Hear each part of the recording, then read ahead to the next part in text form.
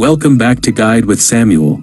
Today, I'll walk you through the complete process to get your Tabby Visa card, both virtual and physical. First, download the Tabby app from the App Store or Google Play Store.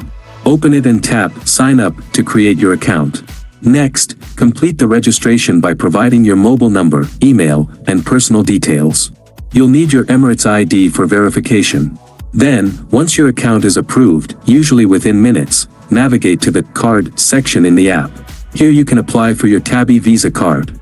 After that, Tabby will instantly issue you a virtual card that you can use immediately for online purchases. The card details are displayed in the app. For the physical card, check if it's available in your region. If so, you can request it through the app, and it will be delivered to your registered address. Once you have your Tabby Visa card, you can use it anywhere Visa is accepted, both online and in physical stores across supported countries. If this guide helped you get your Tabby card, please like and subscribe. Thank you for watching.